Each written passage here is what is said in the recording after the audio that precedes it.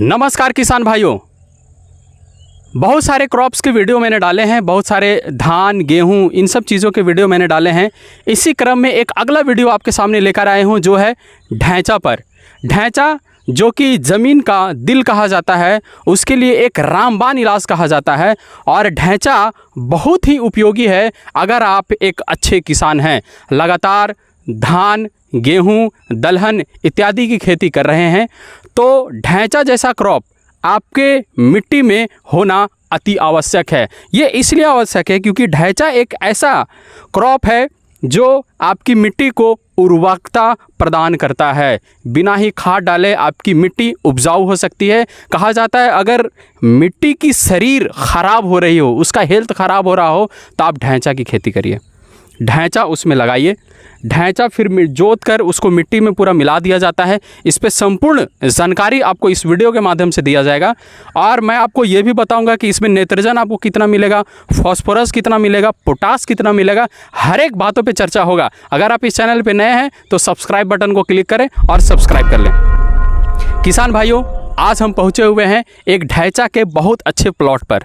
ये ढैंचा का जो क्रॉप है, ये जो आप देख रहे हैं, ये करीब 40 से 45 दिन का क्रॉप है।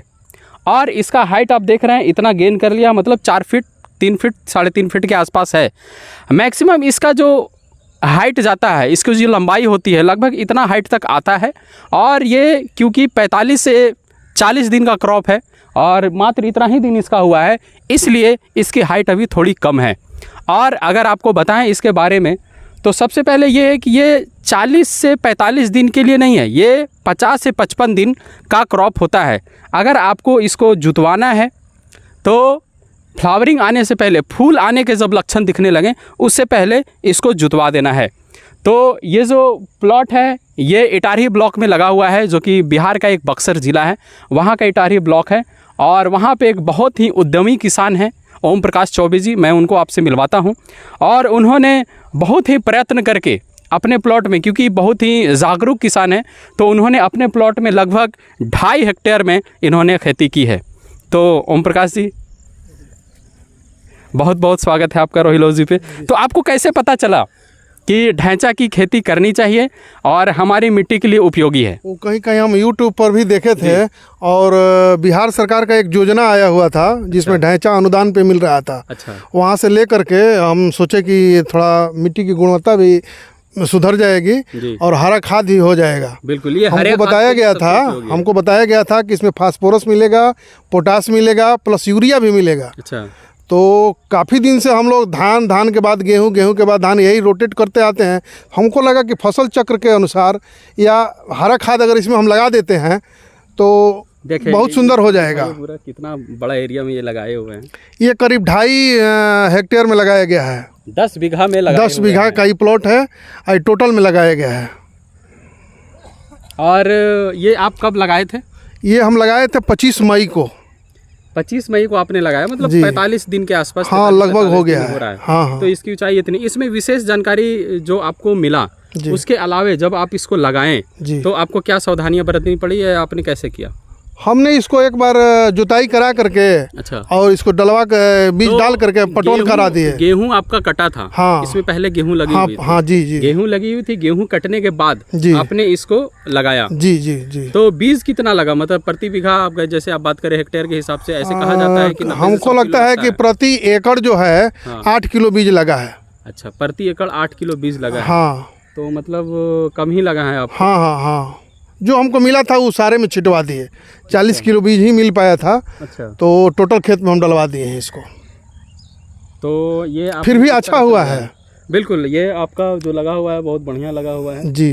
तो ये 40 किलो आपको मिला था और आपने ये पूरा टोटल प्लॉट में लगा दिए। टोटल प्लॉट में लगा दिए जी। तो इसके बाद आपको कौन सी खेती करनी है? इसके बाद धान लगाना है। तो आप इसको आप जुतवाएंगे? हाँ, इसको पानी करके। अच्छा। और आता है पलावा करने के लिए रोटावेटर। रोटावेटर चलवाएंगे इसको, ज़्यादा बढ़िया होता है। हाँ, रोटावेटर चला करके इसको 4 दिन इसी में सड़ाएंगे, पानी भर कर 4 दिन सड़ाएंगे। हाँ। उसके बाद तब जाके आप, हाँ, इसके बाद फिर कल्टीवेटर से इसको एक बार चला करके और पट्टा मरवा देंगे। अच्छा, चलिए, बहुत बहुत धन्यवाद जी। तो आपने देखा ये जो किसान हैं काफ़ी जागरूक हैं और इन्होंने पूरी जानकारी लेने के बाद जो सरकार की योजनाएं आते हैं उनके माध्यम से इन्होंने लिया। अब इसके बारे में मैं विस्तृत आपको जानकारी देता हूं। ढैंचा जो कि हरी चारा के रूप में जाना जाता है, हरी चारा के लिए सबसे सूटेबल माना जाता है ढैंचा। अब ढैंचा को लगाना कैसे है? अगर आपकी गेहूं की खेत कट चुकी है, आपकी गेहूं की खेत कट चुकी है, गेहूं का खेत कटने और धान लगने के बीच का जो गैप होता है लगभग 2 से ढाई महीने का होता है। तो ये से 2 से जो ढाई महीना का गैप है इसमें खेत में कुछ नहीं होता। तो क्यों ना हम मिट्टी के लिए एक अच्छा चीज़ सोच कर रखें। तो अच्छा चीज़ सोचने का मतलब यही है कि आप इसमें ढैंचा की खेती करें, क्योंकि इसका जो लेंथ होता है, जो लंबाई होती है, कहने का मतलब है 4 से 5 फीट तक जाता है, बहुत हेवी भी नहीं है। दूसरी बात, इसका जो ड्यूरेशन है कि कितने दिन में तैयार हो जाएगा, तो 45 से 50 या 55 दिन में तैयार हो जाता है। तो 50 से 55 दिन में तैयार हो जाने के बाद आप खेत में अपने क्या करें, रोटावेटर चलवा दें।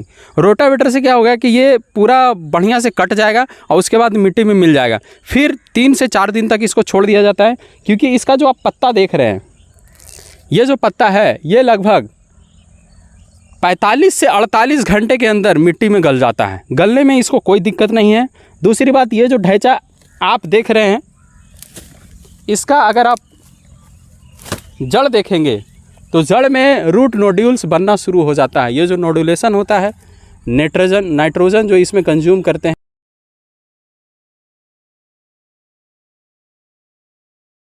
इसको नाइट्रोजन फिक्सेशन बोलते हैं। तो ये नोड्यूल बहुत अच्छा इसमें बन रहा है अभी। तो यही मेन है जो नाइट्रोजन को कंजर्व करने का काम करता है। ये आप देख रहे हैं, ध्यान से आपको दिख रहा होगा, ये पूरा नोड्यूल्स बनना अगर शुरू हो गया तो आप इसको काट सकते हैं। उसके बाद ये जो आप देख रहे हैं, इसको अगर आप तोड़ेंगे तो बीच में जो सादा सा पोर्शन दिख रहा है, सादा जो दिखता है, यही नाइट्रोजन आपको ज़्यादा देता है। ये नाइट्रोजन देने का काम करता है, ये नाइट्रोजन देने का काम करता है। ये आप देख रहे हैं, ये पूरा सादा जो दिख रहा है, यही नाइट्रोजन देने का काम करता है। और प्लस साथ में जो नोड्यूल्स का फॉर्मेशन होता है उसके वजह से मिलता है। इसके जो तने होते हैं ये भी गल जाते हैं बहुत आसानी से। मतलब 3 से 4 दिन के अंदर आप चाहें तो इसको पूरा गला कर उसके बाद आप अगर आप धान की खेती करते हैं तो बहुत ही सूटेबल होगा। अब बात करते हैं कि ये जो मेरा ढैंचा है ये क्या क्या हमको उपलब्ध कराता है मिट्टी को। देखिए, सबसे पहले मिट्टी को तो क्या करेगा, ये पूरा पल्वराइजेशन कराने के बाद, मतलब इसमें जो आप वो रोटावेटर चलाने के बाद जब आप इसमें मिट्टी को जब तैयार करेंगे, जब मिट्टी तैयार करेंगे धान लगाने के लिए, तो उस समय ये पूरा मिट्टी में बहुत बढ़िया से मिल जाता है। उसके बाद मिट्टी जो आपकी होती है वो थोड़ा सा ढीला हो जाता है। ढीला हो जाने के कारण एरेशन प्रॉपर हो पाता है, मिट्टी बढ़िया से मिल पाता है और आपका जो खेती होगा वो बहुत बढ़िया हो पाएगा। और अब बात करते हैं नाइट्रोजन की। नाइट्रोजन जो है आपको कितना मिलेगा, यूरिया आपको डालना पड़ेगा कि नहीं डालना पड़ेगा। तो नाइट्रोजन जो आपको मिलेगा वो लगभग 90 से 100 किलो के आसपास प्रति हेक्टेयर आपको मिलेगा। उसके बाद पोटास जो है आपको 25 से 30 केजी के आसपास मिलता है और 9 से 10 केजी के आसपास आपको फास्फोरस मिलता है। कहने का मतलब है कि ये बहुत ही बढ़िया, बहुत ही लाभदायक है आपके खेत के लिए। दूर तक दिख रहा है। और उसके बाद अगर इसमें फ्लावरिंग स्टार्ट हो गया है तो स्टार्ट होने से पहले ही आप इसको रोटावेटर चलवा के पूरा जोतवा दें। तो ये है पूरी जानकारी ढैंचा के बारे में। अगर आप अपनी मिट्टी को खाली छोड़े हैं गेहूं लगने के बाद, गेहूं कट जाने के बाद, तो आप कोशिश करिए कि ढैंचा की खेती ज़रूर करिए। ढैंचा लगा देने से क्या होगा कि आपकी मिट्टी की उर्वरक क्षमता बढ़ेगी और दूसरी बात है कि आपकी मिट्टी का हेल्थ बहुत बढ़िया हो जाएगा। हार्ट ऑफ द सॉइल, मिट्टी की हृदय इसको कहा जाता है, जहाँ तक की बात करें ढैंचा की। तो ये थी संपूर्ण जानकारी ढैंचा के बारे में। मैं आशा करता हूँ आपको वीडियो अच्छा लगा होगा और प्लीज़ और भी वीडियोस हमारे चैनल पे अवेलेबल हैं, आप जाकर देख सकते हैं। बहुत बहुत धन्यवाद किसान भाइयों, मिलते हैं किसी और वीडियो में अगली जानकारी के साथ। जय हिंद।